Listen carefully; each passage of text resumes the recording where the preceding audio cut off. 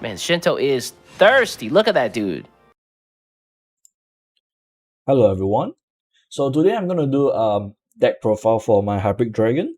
So Hybrid Dragon is a mixture of Ram Dragon and Discard Dragon. Alright? And I do understand that soon, maybe in a few months, in a few weeks' time, this deck might not be meta anymore. Because the UMA set will be coming out in October. But I still want to share with this the deck profile because it kind of give a player a base to work with. So when UMA come out, at least you have a base to tune it with. With that said, I'm gonna introduce you the deck profile for this Hybrid Dragon.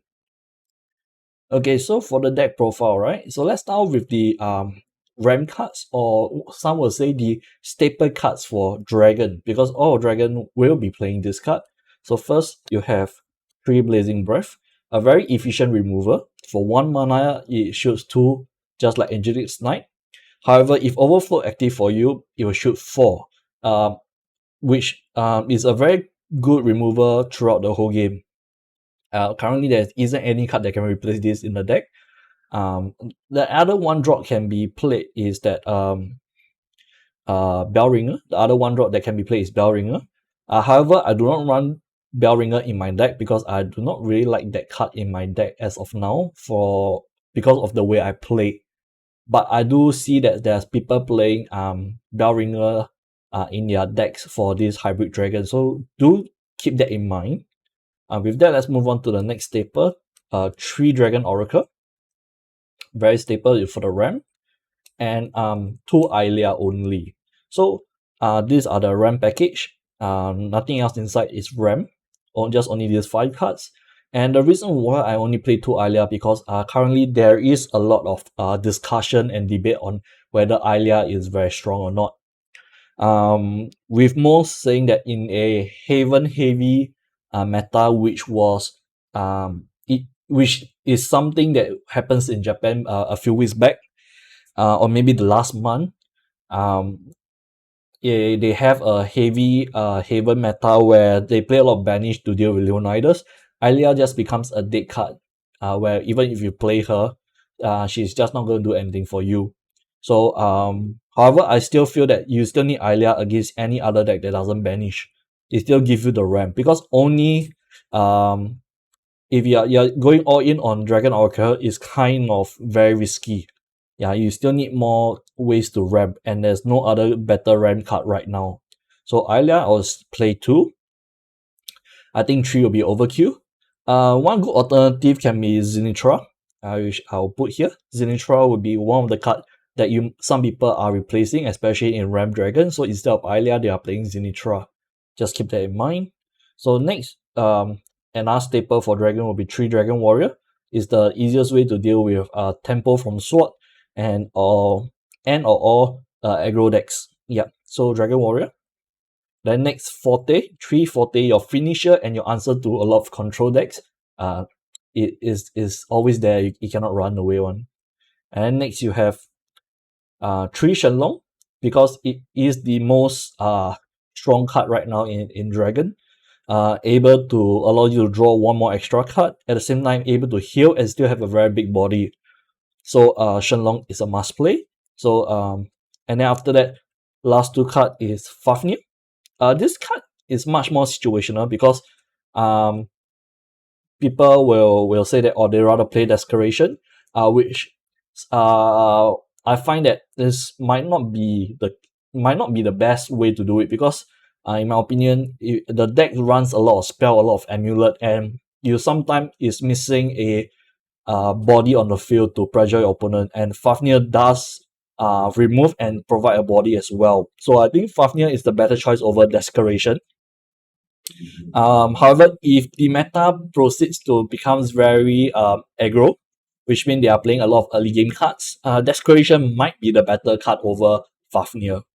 Alright, with that said, let's move on to the discard cards. So, discard set, we have this one, Dragon Flute, 3 of the Dragon Flute, because like I said, your deck will be discarding you will need some way to gain back resource. So sometimes you need cards for you to discard, like Dragon Flute. And then you also will, oh, okay, so I haven't put it on top yet. Give me a moment, sorry, yeah. Or not, you also can discard this, Trial of Light for the deck.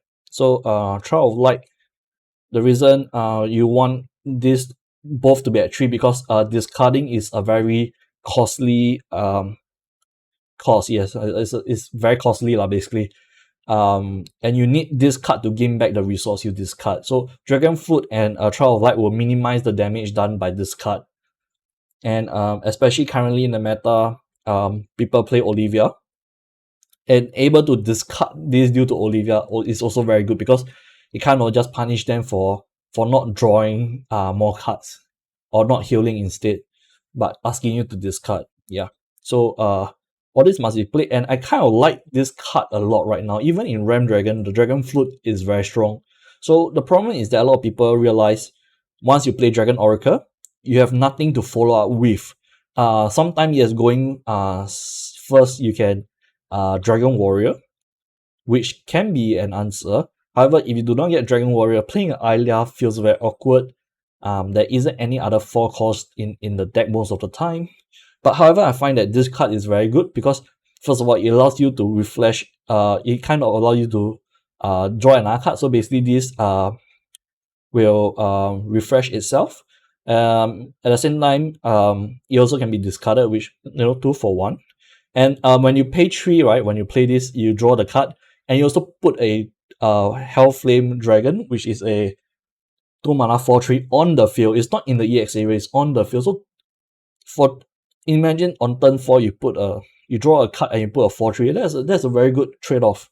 And once Overflow is active for you, this will become your discard outlet. So discard generator, yeah.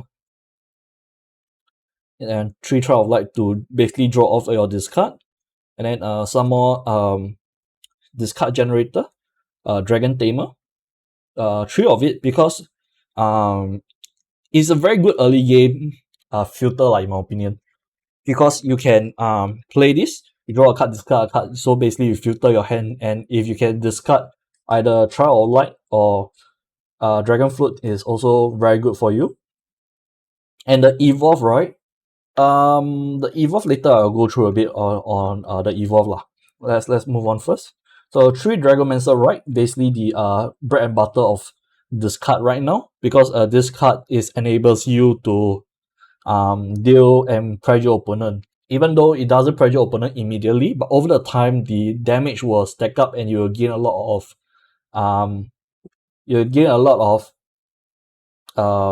value out of it. Then after that,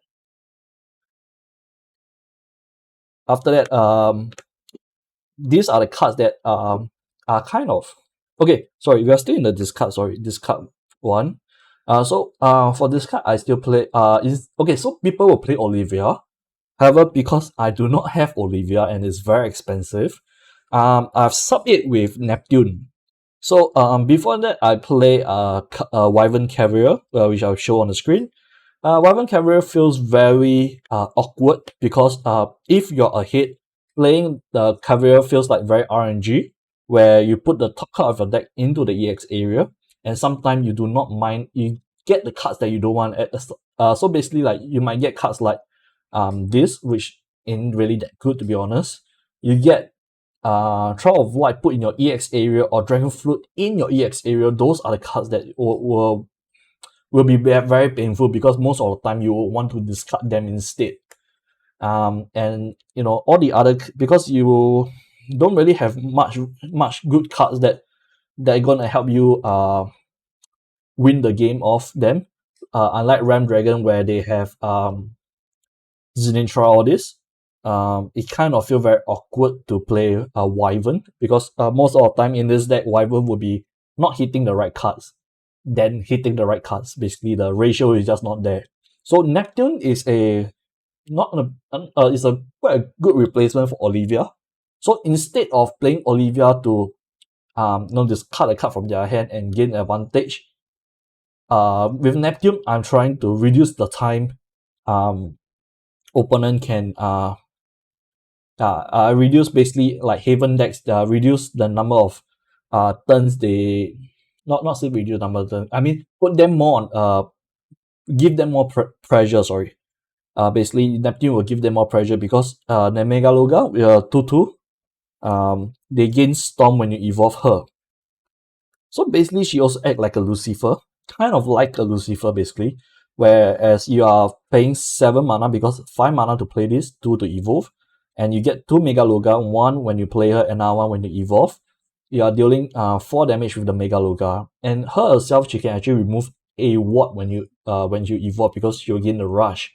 As evolve is a 5/5, it kind of can remove most of the ward, especially against Haven. And yeah, basically we would still want to kill Haven before they can drop their Aegis. That's why I think Neptune is a very good card. If your environment is not really Haven Haven heavy, there's much more sword or aggro deck. This card over here, the Sid Fright, I'll put on the screen, Sid Fright Knight, right? Should be Sid Fright Knight. Also is a very good card because it can possibly trade for one card for 3 cards. Sid Fright Knight, because when it comes in the battlefield, it deals 2 damage to a card. Evolve, you destroy a card with 2 HP or less, and at the same time, he can trade with another card. So it can trade efficiently. So Sid Fright can be another card to think about if your your environment meta isn't Heaven heavy. Okay, then with that said, Imperial Dragoon, the discard, you only need one because she can be very costly to play because it discards your hand, and if you don't evolve off of it, you are not gaining any cards back unless you discarded the Trial of Light. However, she is more or less as a game ender, same as Genesis Dragon. I'll put this Genesis Dragon in as a discard package because the only reason why you play Genesis Dragon is because you want to kill Haven before they can drop Aegis. So during any time where you have opening, you just want to swing in with Genesis Dragon, and that 10 damage will more or less makes Haven not able to heal back from any other stuff that you have to swing during the next few turns. Or you can just outright end the game because 10 HP, removing half your opponent's life is very strong. As those who play the Shadowverse card game online, you will know with the Fizz guy from Dragon. That's very crazy. So with that said, these are the discard package. And the next few cards are cards that I find that they are like situational cards. So all these cards are played because of situation. So first of all, it's like, okay, so we are playing Bahamut because Leonidas is a thing. Bahamut is a very efficient remover. When it comes down, it removes the board. So if Leonidas is on the board, you destroy Leonidas. Then after that, for 0 mana, you can evolve the Bahamut, which will then remove the Leonidas Resolve. So Bahamut is a very strong card. I play 1 because it kind of will hurt your deck as well because it removes every amulet on board.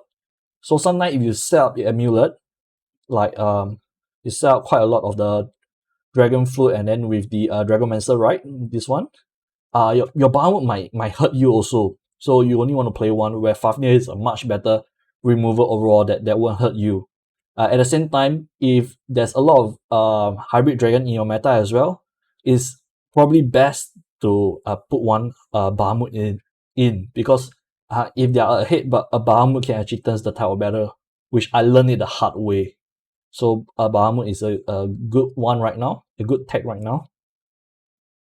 And then because this deck, right, I find that because you're not playing full RAM, sometimes you have not a lot of good ways to answer Leonidas. It's not like you miss your RAM.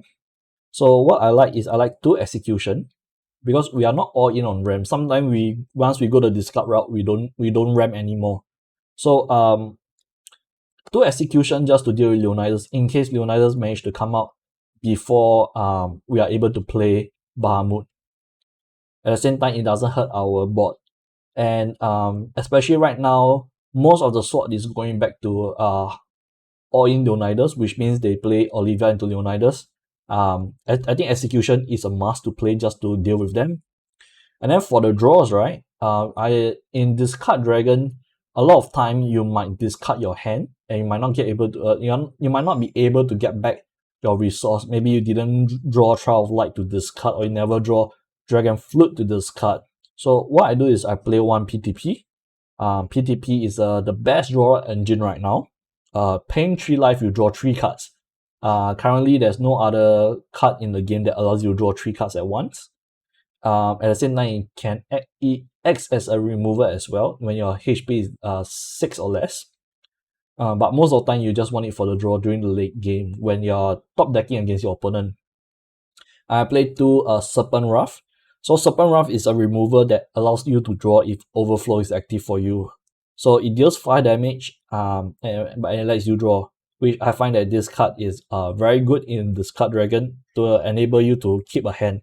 Because in the Discard or Hybrid Dragon, right, Imperial Dragon still is strong if you manage to discard your hand. If you have a lot of cards to discard from hand, because this when she comes down, your opponent cannot in response to the damage they take. Unlike Genesis, where Genesis have to attack, you give opponent a window for them to remove Genesis, so they the damage might not go through. Whereas for her, you can just discard your hand and just deal the damage, and it is a bot wipe. So you still need some kind of draw, which Serpent Wrath is very good in the deck. Okay, with that said, let's move on to the Evolve deck. So for the Evolve deck is very simple. For the generic stuff, you have 2 Dragon Warrior, cannot run away one.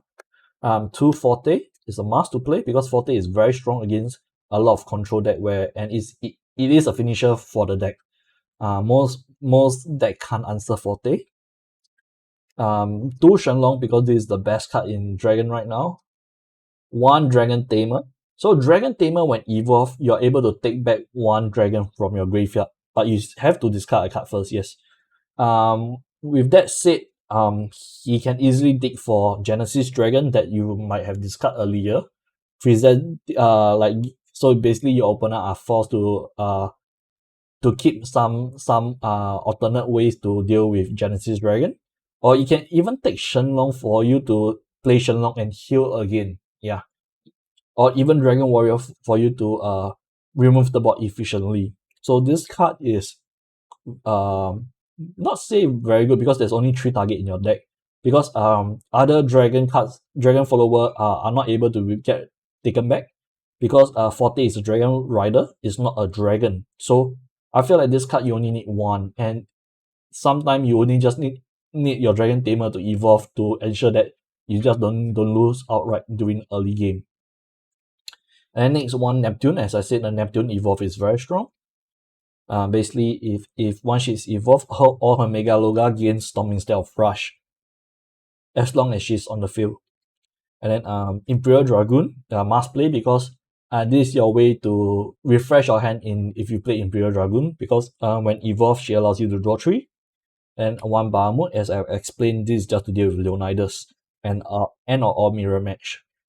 Okay, with that said, that will be the Evolve deck, and this will be the end of the